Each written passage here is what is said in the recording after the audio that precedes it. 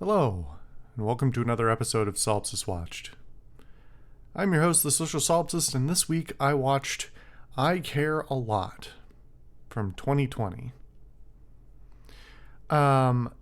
This is not a movie that was necessarily on my radar. I can't remember actually how I found out about this. This might have been one of those ones that slipped through my normal ad filtering and I ended up seeing something about it, or it may have been because this was released on Netflix in the US. It may have been one of those things where Netflix was just like splashing stuff on the trailers on their homepage, which for some reason you can't turn off irritatingly, and looked unique enough to be interesting. It stars Rosamund Pike, who's probably best known for Gone Girl, and a variety of other and Peter Dinklage is the other one of the other major characters, as well as a bunch of slightly more minor actors who are all very good. And I want to lead into this movie by saying I think all of the acting is pretty good to very good in this film. However, this is a weird film that is real close to being really interesting and really compelling, but drops the ball in so many ways, just enough to ultimately not come together, at least for me. Now, I think I've talked about Peter Dinklage before. I really like Peter Dinklage. I think he's a very talented actor, and has a lot of range, which, as I've mentioned before, is a relatively rare skill in Hollywood. There's a lot of actors who just play kind of one character. And while I have not seen a large number of things with Rosamund Pike is sort of the latter, where I feel like she mostly plays variations on one character. And it is very hard in this film to not compare her to her character in Gone Girl, and the comparison is a little too close. Does that necessarily make it a bad performance? No, it's actually quite a good performance. However, only in looking over the Wikipedia after and realizing that apparently she won Best Actress at the Golden Globes for this performance. That, I think, is a mistake. I'm not sure who she was up against at the time, and 2020 was a weird year for a bunch of reasons, but also for movie releases in particular. But her performance is not so exemplary that I feel like it warrants that. But to get into the film itself, it's an interesting premise, in that it's talking about some real world issues. At least in the U.S., we have a very big problem with healthcare in general, and elder care is a constant problem that comes up frequently in the news as, it was a big problem in 2020 because the negligence that happens at a lot of elder care facilities was even more exacerbated. And the whole film sort of hinges on Rosamund Pike's character, who is an exploitative guardianship care person, basically, who finds ways to get control of the estates of various elderly people and take all of their assets and neglect them, or at least, deny them and their families whatever assets they had left. Theoretically, a very interesting character. Somebody who is doing, in theory, good things, but for bad reasons. And the film sort of hinges on she's getting away with it, and then suddenly she pick somebody who somebody's going to fight back about it. This is an interesting premise. And it's an interesting premise because minor spoilers here. She gets this new guardian, or she gets this new person, and who turns out to be a relation of Peter Dinklage's character, who is I won't spoil the details, but who is a criminal. And so the whole movie is basically about a bad person doing good things for bad reasons versus a bad person doing bad things for good reasons. This could be really interesting. But the problem is when you write a villain versus villain story, because both of these characters are definitely not good people, you need to be extra good at writing compelling characters and character growth and making your villains compelling. In a lot of typical stories, when you have somebody who's the ostensible good guy and someone who's the ostensible bad guy, the dichotomy makes it obvious that no matter anything else, you root for the good guy, no matter if they're, kind of a flat character or not really explored that well, or don't have a lot of depth. Just by nature of being the obvious good person, you tend to root for them.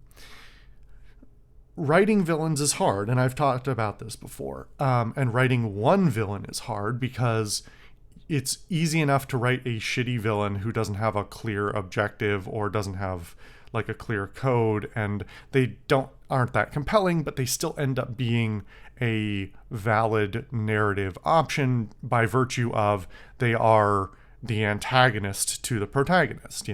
They are just naturally the something to fight against, something to overcome. They are an obstacle. Now, you can improve your villains by making them compelling and interesting and giving them depth and giving them genuine reasons to believe and do the things they believe and do. I can't even think of that many pieces of media where you have villain versus villain. It's a relatively uncommon thing. Not rare, I would say, but relatively uncommon. And part of the reason for that is you can't get away with writing shallow characters when you have villain versus villain. At least one of them has to be interesting and compelling as a character. Otherwise, it's what you end up watching or reading or whatever is two characters who you don't care about and want both to lose. And you end up disengaging from the story. And in my experience, that is basically what happened for me with this film.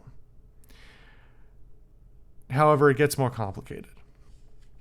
Both the main characters are villainous. They are both doing bad things, or have a negative effect on the world, and you are compelled to want them to get some comeuppance for their acts.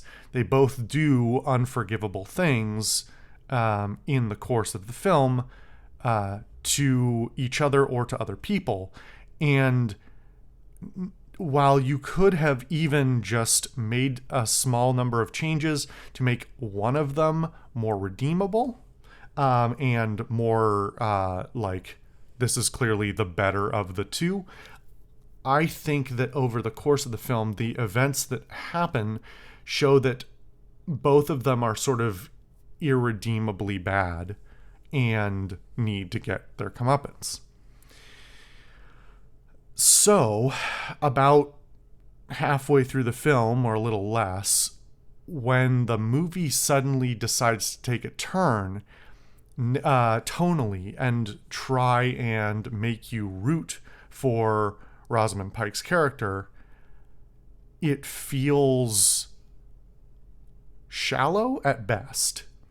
And I'm going to say it feels like gaslighting the audience at worst.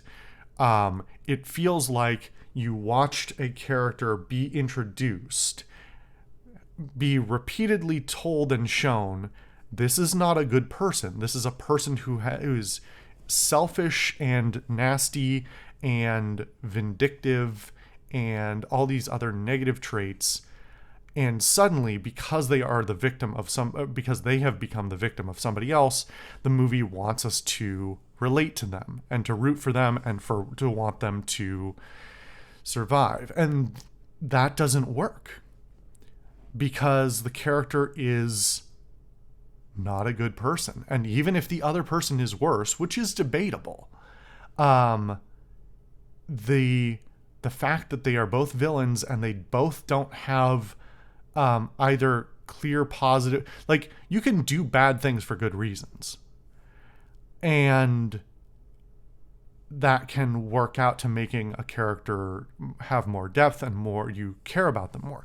You can have a villain where you care about them deeply and want them to succeed or at least survive by virtue of, I think this person has like decent ideas, but they're doing the wrong things to achieve their goals, right?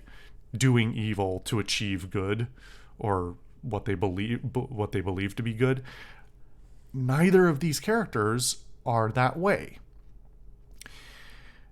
This gets more complicated because there are some coding problems. And this is obviously, like, a lot of this is sort of a social cultural issue, but Rosamund Pike's character is very openly portrayed as one, a woman in a world that is pretty patriarchal, pretty dominated by male people, and one that is already hostile to her presence in a variety of ways. She's also coded lesbian, and there are some other sort of like pseudo-feminist things going on in the film that seem to be pointing towards her. They're trying to code her as somebody to root for by virtue of some of her qualities of being a survivor, let's say. A survivor of a world that is not, that doesn't want her to be where she is.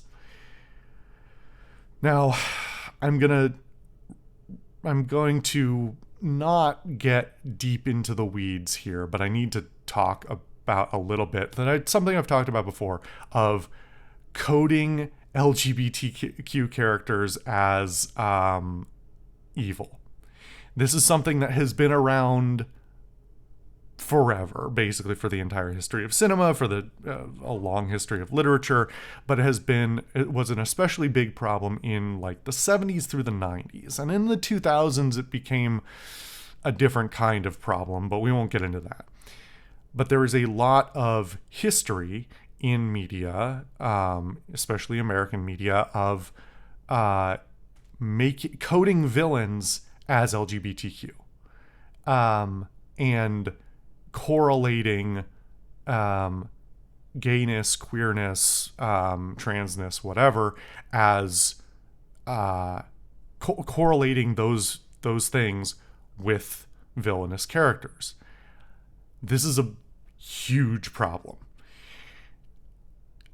It has been weirdly turned on its head in recent years in some contexts, and this is another one of those where it seems to be that in the current times where there is greater acceptance of LGBTQ characters, that suddenly it has gone from they are gay, they must be evil, to they are gay, therefore their evilness is lessened or removed.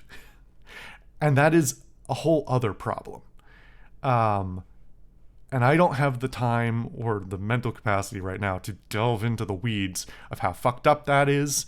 Um, but I think that may be what this movie was relying on is, oh, this successful female presenting lesbian character needs to be protected by virtue of her minority statuses, by virtue of these inherent qualities that she has that in the current era are to be supported and lauded.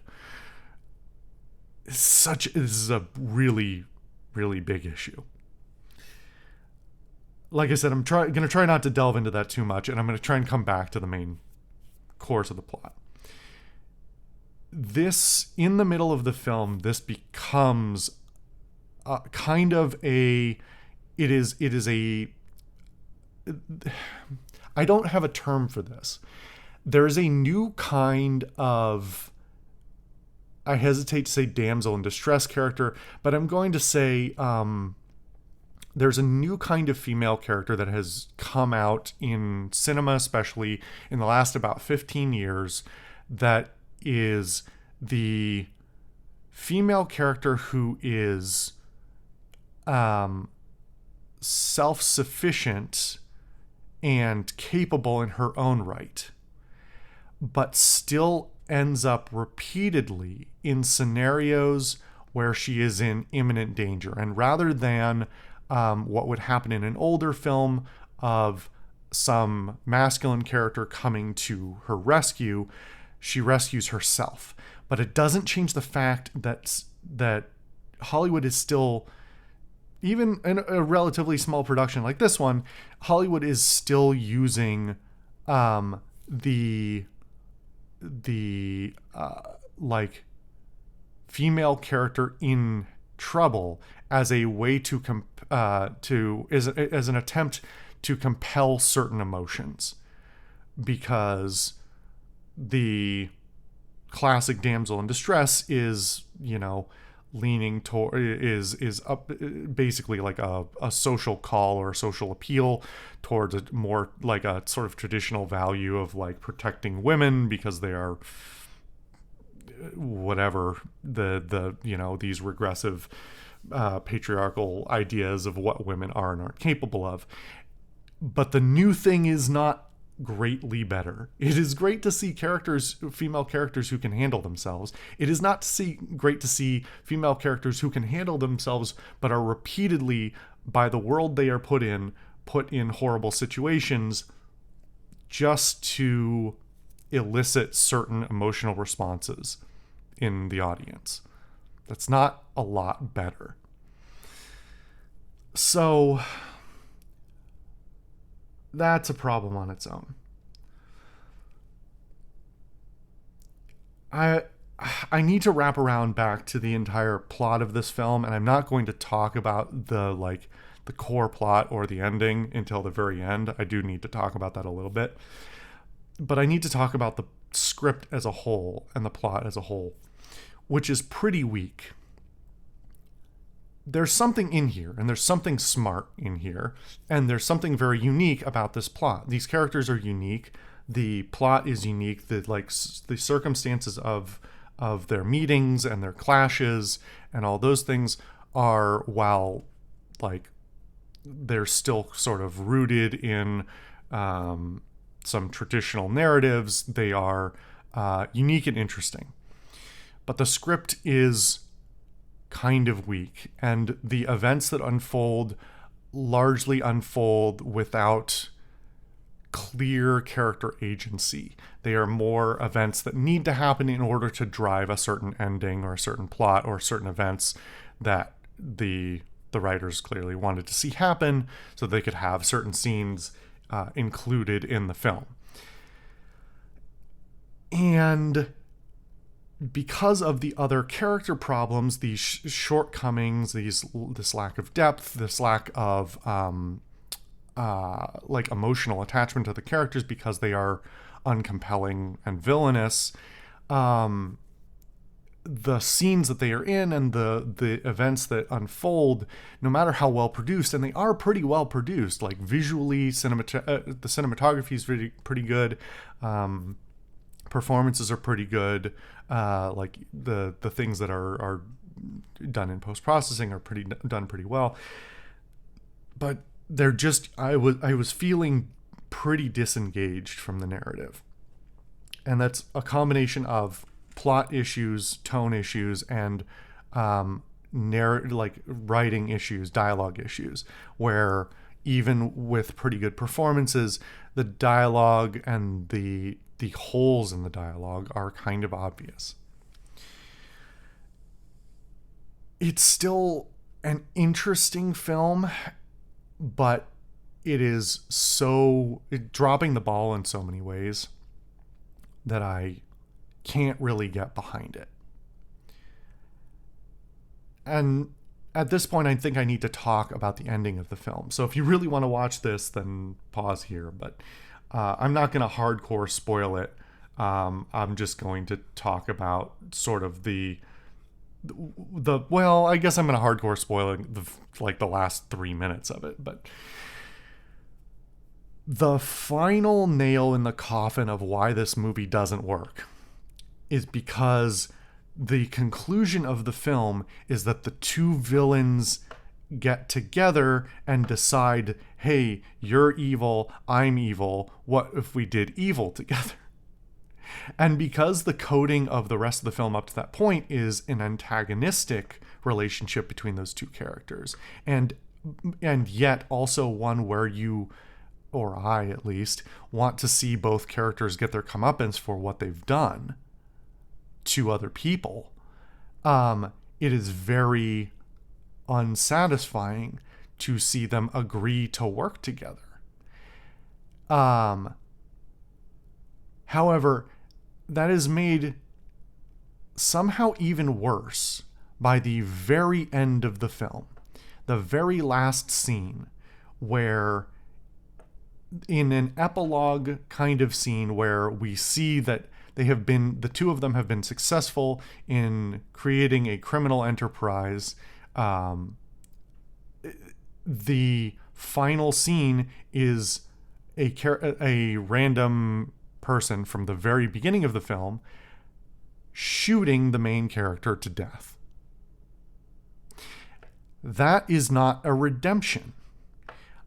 That feels like an add-on done as a result of trying to redeem the film that has so far been unsatisfying because both villainous characters get away scot-free, that it's finally like, except they didn't. Except there was finally comeuppance. But it's so tacked on at the end that it's not compelling. It doesn't work. It doesn't feel like a real redemption. And I went over this over and over again in my head after watching it and tried to figure out, okay, what are they trying to say here? What are they trying to say in this scene, and what are they trying to say in the overall narrative of the movie? Is this about is this a social commentary of some kind? Are they trying to say something about the world in which these characters live? And there's a whole bunch of interpretations you could take away from this. There's one about how in a hyper-capitalistic society that the monetization of healthcare and the drive for success against all odds means that people will go to lengths of dehumanizing. They dehumanize people in order to get money. Or is it about how really the difference between corporate evil that is legal but fucked up versus actual criminality, the line is very blurry? Or is that final scene supposed to be about rebellion and fighting against forces of power that are unfair? Is it supposed to be advocating violent revolution? Or there's any number of interpretations you could put to this, but none of them are good. None of them fit very well within the narrative. And if you wanted to say any of the, like any number of the interpretations that could be given, if that was your aim to have one of those results, one of those, so if you were trying to make a social commentary about that specific thing, then you would be better off dramatically reworking the actual content of the film to fit that a lot better. And so no matter what their intentions are, and I've talked about death of the author and how authorial intent is meaningless and so on and so forth, it doesn't work. It doesn't work. Whatever they intended didn't work. And they dropped the ball in too many ways on the narrative. And while there are some good performances and some good production and these other things that do work pretty well, like, it's just not great. I want it to be, and it's kind of close. But it ultimately leaves me just feeling kind of like gross and sick to my stomach. Anyway, this one was interesting. I don't think I would recommend it, but it was interesting to analyze. So, thank you for watching another episode of Solipsist Watch. I've been your host, the Social Solipsist, and I'll see you guys next time.